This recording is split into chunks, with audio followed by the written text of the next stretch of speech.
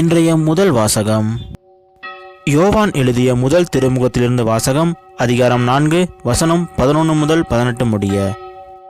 அன்பார்ந்தவர்களே, கடவுள் இவ்வாறு நம்மீது அன்பு கொண்டார் என்றால் நாமும் ஒருவர் மற்றவர் மீது அன்பு கொள்ள கடமைப்பட்டிருக்கிறோம். கடவுளை எவரும் என்றுமே கண்டதில்லை. நாம் ஒருவர் மற்றவரிடம் அன்பு கொண்டுள்ளோம் என்றால் கடவுள் நம்மோடு இணைந்திருப்பார். அவரது அன்பு நம்மிடம் நிறைவு பெறும். அவர் தமது ஆவியை நமக்கு அருளியதால் நாம் அவரோடு இணைந்திருக்கிறோம் எனவும் அவர் நம்மிடம் இணைந்திருக்கிறார் எனவும் அறிந்து கொள்கிறோம். தந்தை தம் மகனை உலகிற்கு மீட்பராக அனுப்பினார் என்பதை நாங்களே கண்டறிந்தோம், சான்றும் பகர்கிறோம். இயேசு இறைமகன் என ஏற்று அறிக்கை இடுபவரோடு கடவுள் இணைந்திருக்கிறார், அவரும் கடவுளோடு இணைந்திருக்கிறார். கடவுள் நம்மிடம் கொண்டுள்ள அன்பை அறிந்துள்ளோம், அதை நம்புகிறோம். கடவுள் அன்பாயிருக்கிறார். அன்பில் நிலைத்திருக்கிறவர் கடவுளோடு இணைந்திருக்கிறார், கடவுளும் அவரோடு இணைந்திருக்கிறார். கடவுள் இருப்பது போல் நாமும் இவ்வுலகில் இருக்கிறோம். எனவே தீர்ப்பு நாளில் உறுதியான நம்பிக்கை கொண்டிருப்போம். இவ்வாறு நம்மிடையே உள்ள அன்பு நிறைவடைகிறது. அன்பில் அச்சத்திற்கு இடமில்லை, மாறாக நிறை அன்பு அச்சத்தை அகற்றிவிடும். ஏனெனில் அச்சத்தில் தண்டனை உணர்வு அடங்கியுள்ளது. அச்சம் கொண்டுள்ளவரிடம் அன்பு முழு நிறைவே அடையாது. இது ஆண்டவர் வழங்கும் அருள்வாக்கு. இறைவா உமக்கு நன்றி. இன்றைய நற்செய்தி.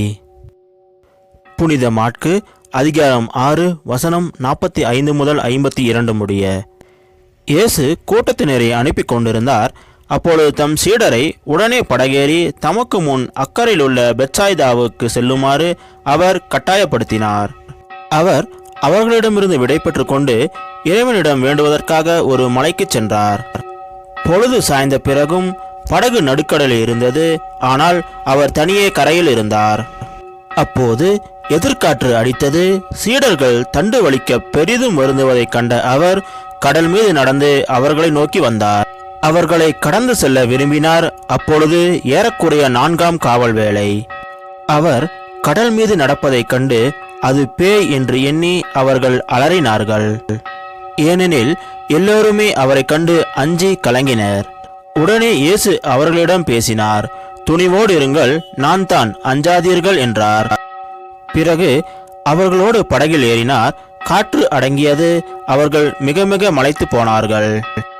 ஏனெனில் அப்பங்கள் பற்றிய நிகழ்ச்சியை அவர்கள் புரிந்து கொள்ளவில்லை. அவர்கள் உள்ளம் மழுங்கி போயிருந்தது. இது கிறிஸ்து வழங்கும் நற்செய்தி. கிறிஸ்துவே உமக்கு புகழ்.